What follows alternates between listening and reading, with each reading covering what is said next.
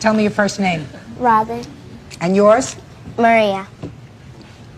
How old are you, Robin? 11. Maria? 9. This is your dad. That's your mom. Mm-hmm. And I'm going to talk to both of you, because I've read your papers. I'm going to talk to you sort of privately a little bit later. Okay? Okay. So what I would like you to do for now is, this is Officer Bird. Hello. He's going to take you into my chambers for a minute to sit down and wait for me, because I want to talk to your mom and dad for a minute. Okay. All right? Okay. Is that fair? Yeah. Yeah. Good. Miss Grant, would you step up here, please? Mr. and Mrs. Grant, from what I gather from your papers, you were married in 1975. Correct. And these are your 2 girls. Yes. You're now divorced. No. Dependent. Separated. Oh, yes. Yes. And you lived in New York most of your married life, is that right? Yes. All of our married life was in New York. When did you separate? November of 1986. No, 96. I'm sorry, 96. So you were married for 21 years before you separated. Correct. And I gather that this separation was not a happy one. They usually Wasn't are not. happy, right. But that you left New York, Mrs. Grant. Is I that went right? to Hawaii. We resided in Hawaii. Who resided in Hawaii? Me and the children. You left your husband. Oh, yeah. Why did you decide to move to Hawaii? Well, I had family there, and I wanted distance. So Why did you want distance? It was a horrible relationship. It became threatening on many levels, and I thought the further, the better. How did you feel as if that impacted on the children? It had to be negative and positive. It was positive because it took them out of a very harmful situation. How harmful, Mrs. Grant? Very harmful. Was it a physically abusive relationship? Oh, yeah. You say, oh yeah, you say that very mildly. Yeah, I can say that now because I'm not in danger anymore. Yes, it was. Was any of this violence in front of the children? Yes. Is that right, sir? No, it's not true. Well, if I asked your girls whether they ever saw you being physically abusive towards your wife, what do you think they would say? They would say no. Okay. Did you get permission from the court to leave the jurisdiction? Oh, yeah. I gave permission for the children to The leave courts with gave. her. No, it was my permission that did it. Why, Mr. Grant, did you give permission for your wife to go so many thousands of miles away with your children? For my children to go through this, I couldn't let them go through any more court litigation, so it was me that said, let her have full custody and let the children be with her. Do you have other children, Mr. Grant? No. The reason that I'm asking to speak to you first before I speak to the girls is the girls want their things back. That's what this lawsuit is about. I don't know exactly what things they want, and I assume they're going to tell me. But it's always a very sad thing when children are brought into a domestic situation between their parents. There's a saying that always sticks in my mind, Mrs. Grant and Mr. Grant, and that is, you're supposed to love your children more than you hate each other when you separate. Children usually need 2 parents. They should do. If they've estranged themselves for whatever reason, either because one parent encourages it or not, they usually grow up eventually resenting the parent that caused the estrangement, and that could be either one of you. So, Mrs. Grant, I'm going to ask you this question. Mm-hmm. Let us assume that it was a miserable relationship with your husband. Mm-hmm. You think it's a good idea that your children should have negative feelings about him? They're free to have whatever feelings they want to. Well, you're the custodial parent, Mrs. Grant. So really children are pretty pliable, you know, and they take their lead from whoever is taking care of them. No, I'm not going to push the children either way. If they have negative feelings or negative thoughts, they can vent those. If they don't, they don't. Okay. Well, what things do your daughters want from their father? What they really want are the things from their bedroom, their baby pictures, videos, stamp collections, telescopes, microscopes, things of that nature. Well, baby pictures and things, he says he wants to keep because he likes to have them. And I can understand that. You can make copies of those and send them to the girls, right? Yes. That's an easy. The other things are just things, microscope, stamp collection, those things. You have no problem with returning those to the girls, do you? No, I have no problem. But it's the pictures and the videos. It's the pictures and the videos.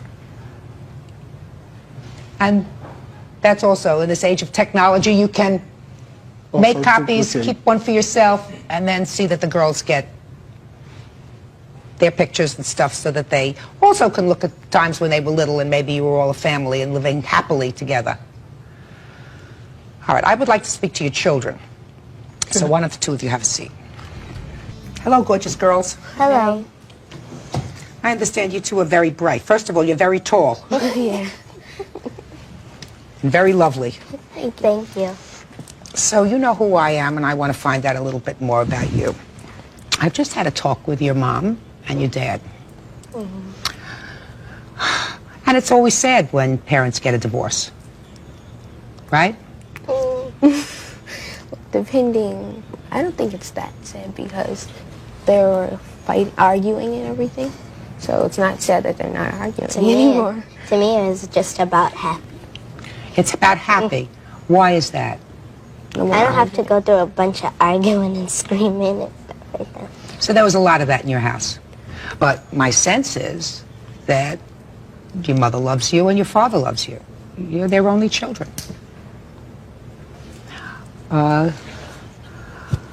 What things do you want your dad to give you back? Well, I want my baby pictures. Okay, let me tell you what your dad said about your pictures and videos and stuff. Your dad's going to make copies of all the things because he would like to have them too, to see his children. You're his two children. He doesn't have any other kids. He loves you. And then you have a stamp collection. Yeah. Whose stamp collection? Both of ours. And he's going to send that back to you. That's good. And the telescope, is that what you want? Oh, yeah. And your dad said he was going to send that back to you. That's good. Okay? So let's take care of that. And our coin collection. And your coin collection. Very valuable coin collection? Well, yeah. Yeah, my mom traveled like all over the world, and she got different like kinds of dollars from different places and stuff like Yeah. that. Yeah. Well, is it your mom's coin collection or yours? And she gave it to us. Us. Well, let me tell you this. It's really your mom's coin collection, if she was collecting it. There are certain things that are yours. There are certain things that may be a problem between your mother and your father. I don't want to get involved with that. And I don't think you ought to get involved with that. All right, so let's finish that. This is over. So let's talk honestly, the two of us, the three of us, two of you and one of me. You live very far away from your father. Yeah. Yeah. Did you two girls ever witness any time when either of your parents put their hands on each other? Yeah. Yeah. You did? Yep. Tell me about it. Well, once my dad tried twisting my mom's arm and stuff, so I stopped it. Yes. What else? Well, sometimes they just get tussling matches sometimes. Tussling matches sometimes. The two of them. Yeah. And Colton's always trying to like talk over her and Yeah. stuff like you're brainwashing them and stuff like that. That happens. You know your mom loves you. Yeah. So does your father. I think you know that. I'm not so sure that you understand that. He really loves you. You question that? Yeah. He loves you. Well, my true feelings are that I don't really want to be around him anymore. Why? The way he acts. Like what? You have to tell me. Okay.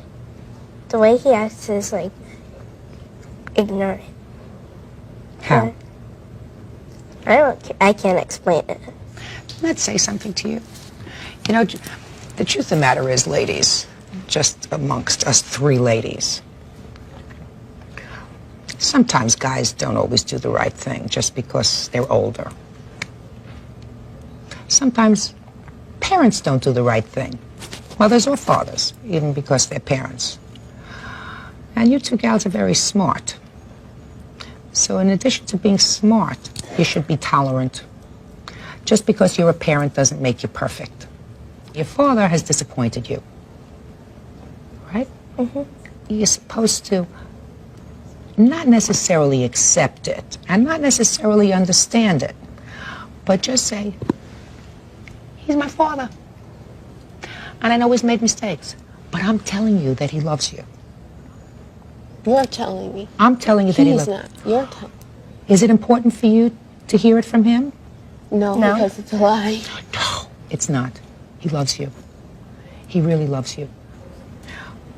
Would you spend a little time with him today? No. No, I've been with him for 8 years, and that's enough. Step back up, please. May I ask her to view these, please? Ms. Grant, Your Honor? I am not condoning any act of domestic violence that may have occurred in your home. I will tell you from what I heard from the children, there was only one instance that your younger daughter told me about when your husband twisted your arm. While I'm not condoning that, we're not talking about an ongoing pattern of physical violence that the children witnessed. They did witness a lot of shouting, a lot of screaming, and a lot of mutual pushing, shoving. They're very angry with you, sir. Your girls are very angry with you. And Mrs. Grant, I'm going to make a couple of suggestions to you. In the short time that I had to speak with your daughters, they are so fixed, although your older daughter clearly is sad about it, at not having contact with their father, that I think it almost would border on the criminal if you did not see to it that your children were engaged in some sort of therapy. Because I believe it is a tremendous mistake for children to be estranged from a non-custodial parent the way these children have been estranged from their father. Terrible mistake. But it's a mistake for girls not to want to receive mail from their father, not to want to communicate with him at all. That says something to me about the custodial parent, Mrs. Grant, because I've seen enough children of separation and divorce where there is a lot more domestic violence that goes on, and those children still want to have contact with their father. These children, for some reason, do not, and they were not able to articulate to me any really valid reason for it. So I must attribute that to things that they've heard at home. I think it's a tremendous mistake. I think in the long run you will be hurting your children and hurting them dramatically if you don't change your attitude with regard to him. He's their father. You picked him. You were married to him for 21 years. You were together for 21 years. You made 2 children. These are the only 2 children that you have. And if he is less of a husband or less of a father than your children would like, that's it. I've tried to explain to them, he still loves them. They have to feel as if he still loves them. They don't feel that way, and they must be getting that from someplace other than him. So I think you're making a big mistake if you don't encourage your children in that direction and not say to me at age 9 that you're going to let her make up her own mind what she wants to do. Okay? And I hope that Robin's anger stopped filtering over to the children. It's really her anger that have my children feeling this way. Well, I don't doubt that, sir, because I've very rarely seen children so fixed with basically what I've heard in the back without the kind of history that would suggest that that they have a good and valid reason for it. The marriage is over, it's over. Did Maria relate to you that whenever they want to speak to him that I allow them to call? They stopped calling because he kept lying to them? Miss Grant, What I'm telling you is there's a difference between children asking to call their father and feeling that they are betraying their mother if they're asking to call their father because she's so angry. Just listen to me, Mrs. Grant. You're shaking your head no. I've been in this business for a quarter of a century. I've probably seen 10,000 separations and divorces. They're all not so different. And children feel that if they ask to contact, communicate with the non-custodial parent, when there's so much anger on this side, that in some way they're being disloyal to their mother. So it's not a question of I let them call whenever they want to call. They have to be reinforced constantly with the idea that their father may have shortcomings, but he turned the children's things to them. Yes. That is their telescope, their stamp collection.